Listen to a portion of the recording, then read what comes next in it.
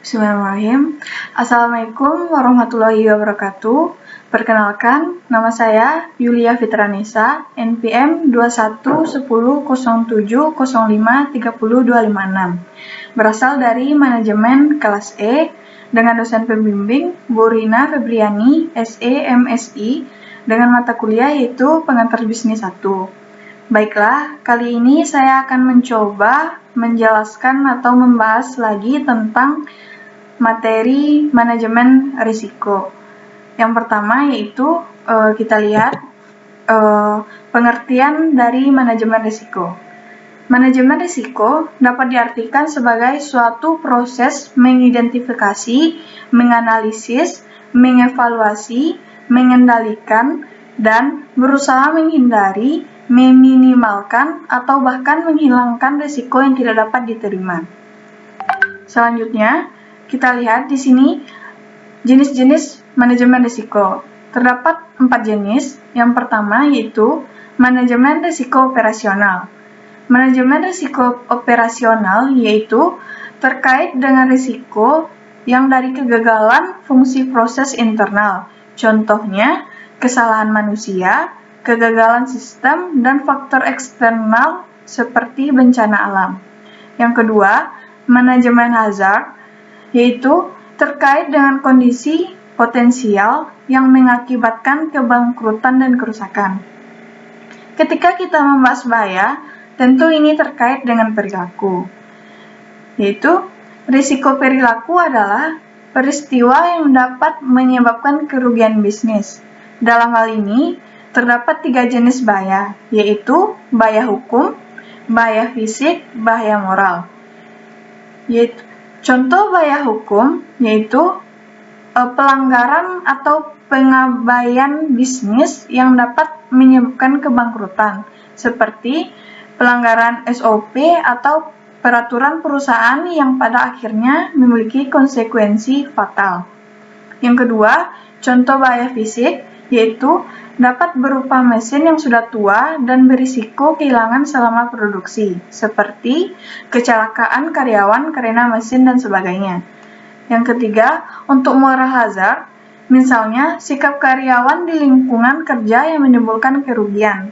Contoh, karyawan tidak jujur dan sering korupsi uang, atau karyawan yang tidak melayani konsumen dengan baik sehingga berdampak buruk bagi perusahaan. Selanjutnya kita lihat yang ketiga, manajemen risiko finansial.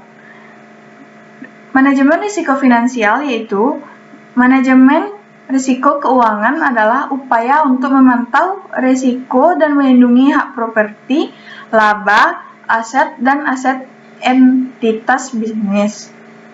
Risiko yang berkaitan dengan keuangan seperti yang pertama, risiko likuiditas, yang kedua risiko kredit, yang ketiga risiko pajak, yang keempat risiko akuntansi. Yang keempat, jenis manajemen risiko yaitu manajemen risiko strategis, yaitu manajemen ini terkait dengan pengambilan keputusan. Risiko yang biasanya muncul adalah kondisi tak terduga yang mengurangi kemampuan pelaku bisnis untuk menjalankan strategi yang direncanakan. Selanjutnya, kita lihat dari karakteristik manajemen risiko tersebut. Ada 2, yaitu yang pertama, merupakan ketidakpastian atas terjadinya suatu peristiwa. Yang kedua, merupakan ketidakpastian yang bila terjadi akan menimbulkan kerugian. Selanjutnya, wujud dari risiko manajemen risiko tersebut. Yang pertama, berupa kerugian atas harta milik atau kekayaan atau penghasilan, misalnya yang diakibatkan oleh kebakaran, pencurian, pengangguran, dan sebagainya. Yang kedua, berupa penderitaan seseorang, misalnya sakit atau cacat karena kecelakaan. Yang ketiga, berupa tanggung jawab hukum, misalnya risiko dari perbuatan atau peristiwa yang merugikan orang lain. Yang keempat, berupa kerugian karena perubahan keadaan pasar, misalnya karena terjadi perubahan harga, perubahan selera konsumen, dan sebagainya. Baiklah, selanjutnya kita masuk ke macam-macam risiko. Yang pertama yaitu risiko yang tidak disengaja atau risiko murni. Adalah risiko yang apabila terjadi tentu menimbulkan kerugian dan terjadinya tanpa disengaja. Misalnya, risiko terjadinya kebakaran, bencana alam, pencurian, penggelapan, pengacauan, dan sebagainya. Yang kedua, risiko yang disengaja atau risiko spekulatif adalah risiko yang sengaja ditimbulkan oleh yang bersangkutan agar terjadinya ketidakpastian memberikan keuntungan kepadanya, seperti risiko hutang piutang, perjudian, perdagangan berjangka, dan sebagainya. Yang ketiga, risiko fundamental adalah risiko yang penyebabnya tidak dapat dilimpahkan kepada seseorang dan yang menderita tidak hanya satu atau beberapa orang saja, tetapi banyak orang, seperti banjir, angin topan, dan sebagainya. Yang keempat, risiko khusus, yaitu risiko yang bersumber pada peristiwa yang mandiri dan umumnya mudah diketahui penyebabnya, seperti kapal kandas, pesawat jatuh, tabrakan mobil, dan sebagainya. Yang kelima, risiko dinamis. Risiko dinamis adalah risiko yang timbul karena perkembangan dan kemajuan dinamika masyarakat di bidang ekonomi, ilmu dan teknologi, seperti risiko keuangan, risiko penerbangan luar angkasa. Kebalikannya disebut risiko statis seperti risiko hari tua, risiko kematian, dan sebagainya. Selanjutnya, upaya penanggulangan risiko. Yang pertama, mengadakan pencegahan dan pengurangan terhadap kemungkinan terjadinya peristiwa yang menimbulkan kerugian.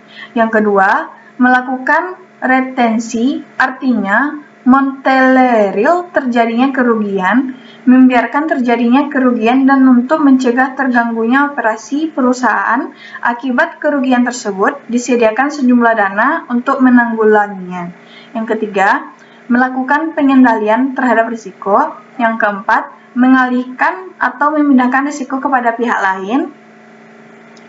Baiklah, selanjutnya yaitu manfaat manajemen risiko. Yang pertama, manajemen risiko mungkin dapat mencegah perusahaan dari kegagalan.